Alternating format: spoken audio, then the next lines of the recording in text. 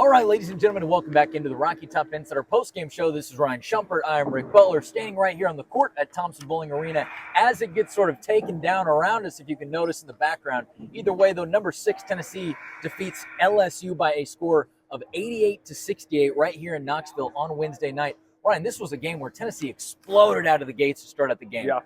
Out of their 4 straight makes to start the game, 3 of them were three-point range. 5 straight makes, I think, actually. 5 straight yeah. makes. 3-point game was really working for Tennessee there in the first half. Tennessee drops 9 3-pointers. Things did get a little interesting there in the second half.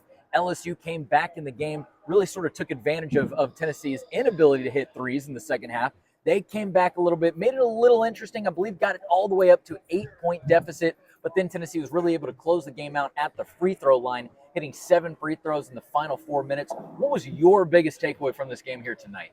Oh, man, that's a good question as a whole, because you're right. It kind of had a feel of multiple different games. It was a little weird. A weird game. I mean, I think I would – oh, man. I guess if I'm going to be negative, because this isn't necessarily like all that concerning, because it hasn't been a big problem. But when you ask me here, I don't know, an hour after the game, what like stands out the most is the way LSU dominated Tennessee on the boards. I mean, Tennessee really struggled rebounding against a rebounding team that's pretty mediocre. And I think it was, well, you have the final numbers there, but 40-26. 40-26 final numbers. I think, Tennessee got like 21 defensive rebounds and LSU got like 16 or 17. LSU turned that into a bunch of second chance points.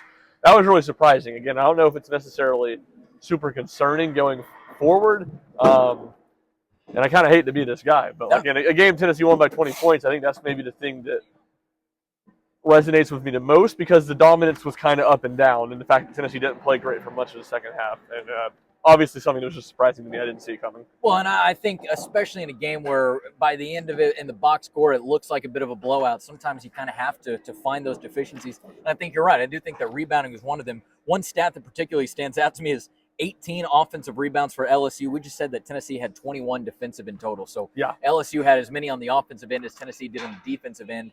It was a battle down there all night, but one that LSU was able to win. It's obviously something Tennessee, starting to think about a little bit more as you get to this final SEC stretch. Yeah, and I mean, really, I would say that's the only area that I thought Tennessee was really bad at in the game, or the only area that I would nitpick. And at the same time, kind of a crazy stat there, what you said, 21 defensive rebounds for Tennessee. So Tennessee got 21 stops on grabbing rebounds on missed shots. They had 16 or 17 on turnovers, so it was almost, pretty even. And that was a big storyline in the game, too. Tennessee was able to turn LSU over. They got out in the transition, and they got a lot of easy baskets there. This guy Zegler had 5 steals. Jordan Gainey, who came in and had 2 steals on his first 3 defensive possessions. I really like the way he came out in a big game. That was really encouraging. And certainly, on the other side, Tennessee maybe turned it over only like 7 times. A couple of those were dead ball turnovers that didn't allow LSU to run.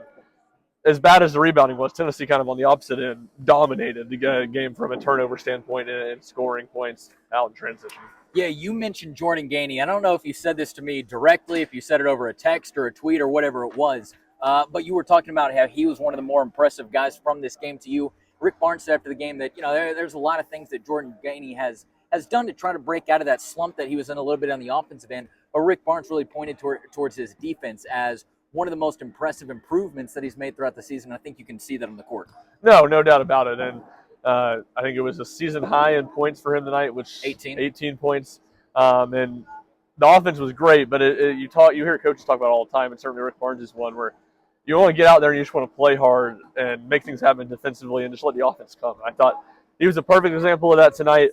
Hit some big shots, but did a lot of good things defensively. Had, I think, 3 assists as well. So he was one of Tennessee's better guys, and certainly after he had a prolonged stretch where he was really struggling, he's, playing better and better. And, it's not necessarily all massive games like this or like the game he had against Alabama, but he's back to being a guy that more times than not he's going to contribute and give you some points offensively and give you a spark off the bench. Yeah, one more thing that I want to mention kind of here on the night as we start to wrap up is Dalton Connects' line.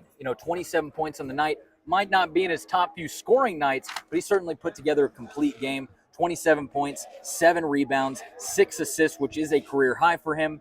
Again, 7 of 9 from the free throw line, 9 of 19 overall from the floor. Just what did you think about his game and what he's able to do for Tennessee tonight? Yeah, I had a tweet saying this, but it just says so much about how good Dalton Connect is offensively that it was like, quiet 27 Quiet points. 27. Not that efficient, 9 and 19, which is, obviously not incredibly efficient, but isn't an inefficient 27 You're points by holding any him to means high either. standards.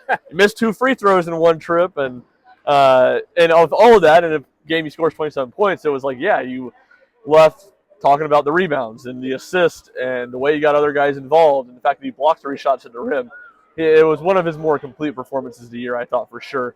And another 25-point game, which are becoming more and more common for him in conference play.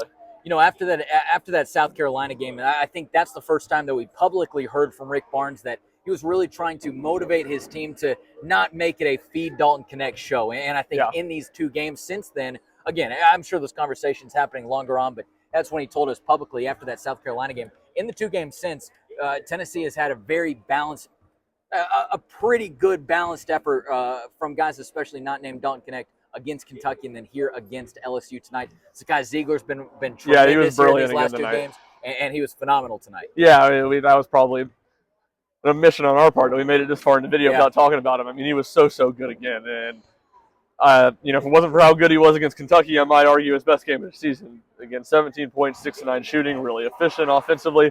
9 assists, got guys going, 5 steals, set the tone defensively. Was a big part of Tennessee's ability to get out in transition and have a lot of success. So another really good performance from him. Yeah, and once again, it looks like Tennessee's entire starting 5 ended in double digits. 10 for Adu, 27 for Connect, 17 for Ziegler.